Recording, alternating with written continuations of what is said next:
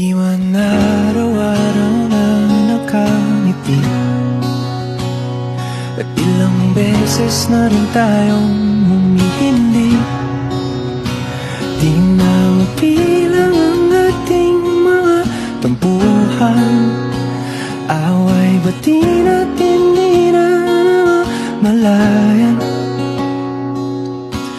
Eto tayo, ngunit sa huli